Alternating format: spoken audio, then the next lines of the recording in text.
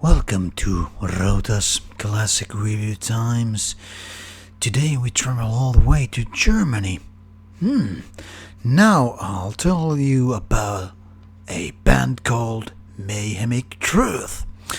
So let's tune in for yet another classic review.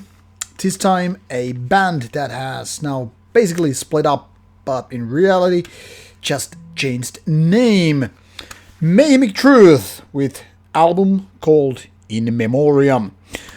Some would say this is not entirely, totally, factually an album, but more like a compilation, which kind of holds true because this is actually demos and whatnot put together.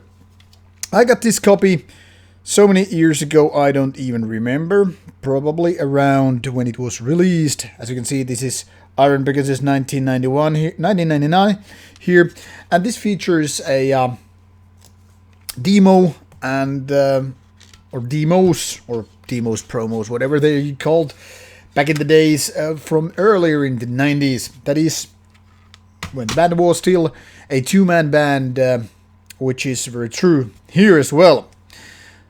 And as it used to be the case with back in the days, play at maximum volume was mentioned at least on Iron Pegasus releases. And here we have the original cover of In Memoriam. This is later on being released with even more bonus tracks from 1994. But this one has Demo 96 and a 7-inch EP. I'm not exactly sure if it was 7-inch by the way, but EP from 1995. So here we have the lineup image as well. And inside we have pictures of Balor and Beliar, the original members. Later on, the drummer has changed. So Mayhemic Truth changed their lineup around when they had already been using the name Morrigan quite a few years. But why I decided to go with this one, because it's actually my favorite of the band's music. Now, Mayhemic Truth may sound like a stupid name, and I think they made a right call to change their name to Morrigan, which then again is a very cooler name. If you look into myths and all that stuff, you will find out why. But this is the release that got me interested in the band very much. I used to have the t-shirt of the band as well, but gave it to my friend Satanic Warmaster a few years ago because it seems he was even bigger fan than me.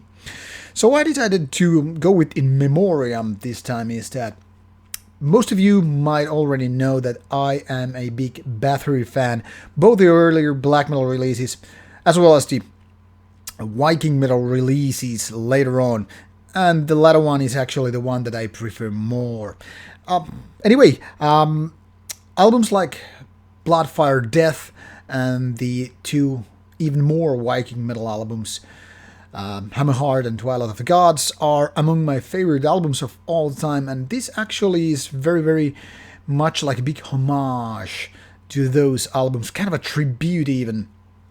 I'm going to even say that this is a kind of album, the kind of a missing link between those two latter ones and Bloodfire Death in the terms of being very epic and yet at the same time having this kind of a black metal feeling with the music. That is, there are some screamy vocal parts along with the clean ones, and it's also very epic in terms of music. There are these keyboards that are just creating this fantastic atmosphere, and also the guitar riffs are very much what Quarton might have been doing with Bathory. Now, later on, obviously, bands like Abath and, well, Immortal have been trying to get into this very same kind of, or similar kind of feeling what Bathory was doing with the Viking albums, but I don't think even they got that close to Gorthorn's music as what Mayhemic Truth got. And I find it kind of ironic that when the band changed their moniker to Morrigan, I think they kind of lost a little bit of their magic. I didn't know exactly when and how or why, but to me, like I said, this album is, or compilation, is the stuff that got me interested in this duo back in the days so much. So this is very much like an album that is taking me back to early 90s when I heard Battery for the first time. Yes, I didn't hear it already in the 80s. I was not in that much into underground or black metal in the 80s, but when 90s hit the fan, met new friends among metalheads, and fell in love with Battery, to be honest. So this was kind of a natural next step to be taken, even though nothing beats Battery, in my opinion, in their own game, that is this Viking metal stuff, or even early first wave of black metal. Mayhemic Truth is kind of stuff that you want to go with if you want to kind of expand the stuff that Battery been doing, and if that is not enough, then you need this. I think this is kind of a big dose of that majestic Viking-like music, even though this is from Germany, not like Sweden. I mean, what Battery was. Anyway, so I think In Memoriam is the kind of underrated album. I didn't know that this is a lot to be said about an album, because people always say like this and that is underrated if most of the people don't even agree with the opinion. But my point is here is that this is not too much known as an album or band, and it should deserve more attention if you ask me, because this is just beautifully carved music, and even with its demo-like recording, that is production, vocals, everything is kind of like the lo-fi. I think it's very, very much having the essence of what this music is all about. So my pick for September 2019 classic album would be Mayhemic Truth, with its ugly logo, In Memoriam, with its beautiful cover image.